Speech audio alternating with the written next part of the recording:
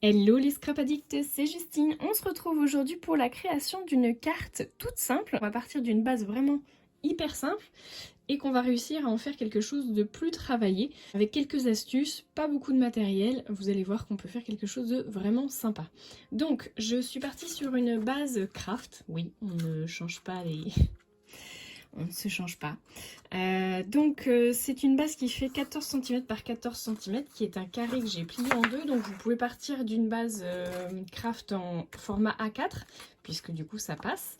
Vous avez du coup besoin de 28 cm par 14 et vous me faites un trait au milieu sur 14 cm. Moi j'utilise le bloc de chez Action, le bloc craft noir et blanc, et j'utilise le papier le plus épais du craft. Donc sur cette base, on va tout simplement réaliser une petite ouverture, puisqu'on va utiliser soit du rhodoïde, soit vous pouvez utiliser votre plastifieuse. Donc on va marquer déjà le centre, si j'ai un crayon qui marche. On va marquer donc le centre à 7 cm et vous allez me faire 2 cm d'un côté et 2 cm de l'autre, ce qui va nous faire un trou de 4 cm. Je pense que ce sera pas mal. On va faire exactement le même repère en bas. Donc à 5 et à 9. Alors, soit vous tracez votre trait et vous venez couper au ciseau, soit vous faites comme moi, je vais utiliser tout simplement mon massicot en prenant mes petits repères, ce sera bien plus simple.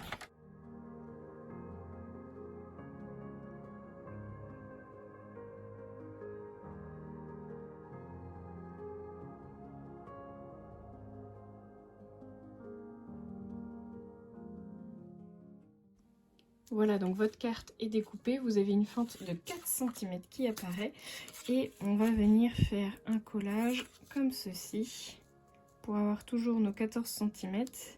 Et donc du coup, moi j'utilise un morceau de rhodoïde qui fait 14 cm par 5 cm de large.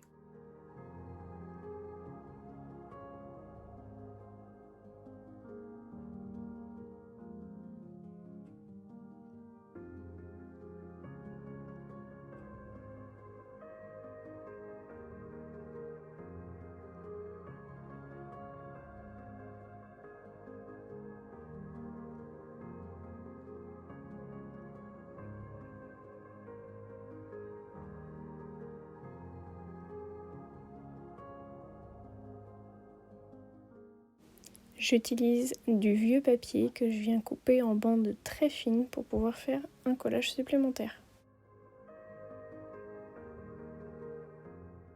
Avant le collage, je veux faire quelques tamponnages et je vous conseille de le faire même avant de coller votre rhodoïde, ce sera plus simple. J'utilise un tampon de chez Happy Little Fox avec des écritures Love, toi, moi, que je viens tamponner à la main.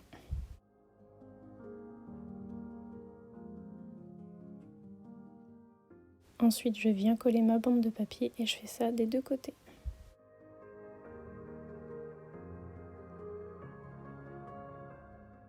Je rajoute quelques gouttes de Posca blanc et je viendrai aussi rajouter de l'aquarelle.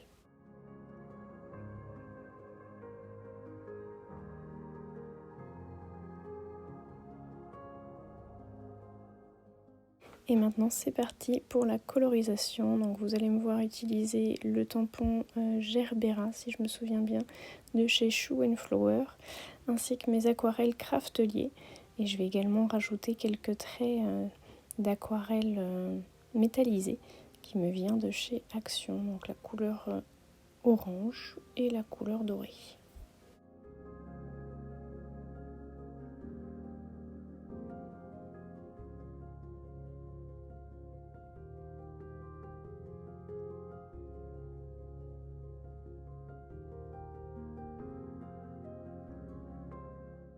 Vous me voyez faire des ombres en fait avec de l'aquarelle noire, en tout cas gris foncé, pour pouvoir mettre en avant certains pétales.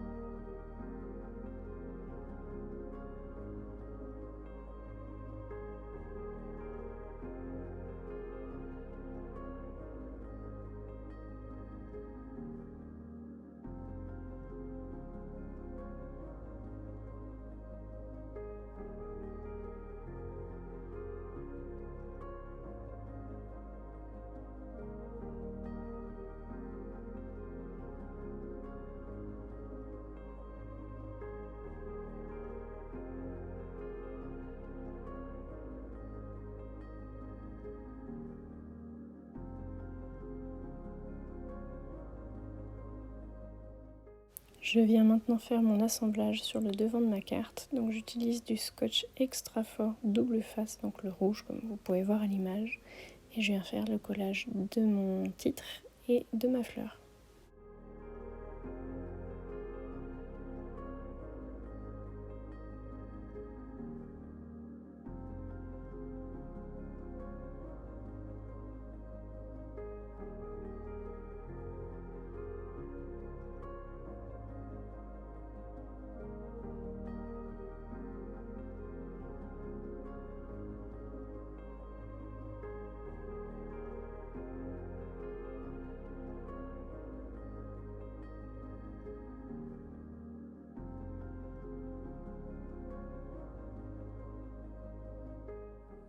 Et voilà, ma petite carte est finie. J'ai rajouté des petites gouttes qui ne sont pas encore sèches d'aquarelle dorée. Et là on voit bien du coup les couleurs de la fleur. Et vous n'avez plus qu'à écrire ici. Alors si ça vous plaît pas d'avoir le verso dans cet état-là, ce que vous pouvez faire, c'est vous pouvez recoller une nouvelle fleur, éventuellement, ou coller autre chose, peu importe. Ou même refaire une bande de craft sur l'ensemble. Vous auriez pu aussi du coup faire le collage à l'extérieur puisqu'on a rajouté des petites bandes. Des petites bandes de papier ici. Voilà, j'espère vraiment que ce tuto vous aura plu. N'hésitez pas à laisser un petit pouce en l'air et un petit commentaire. Moi je vous fais de gros bisous à tous et je vous dis à très bientôt pour de nouveaux tutos. Bye bye!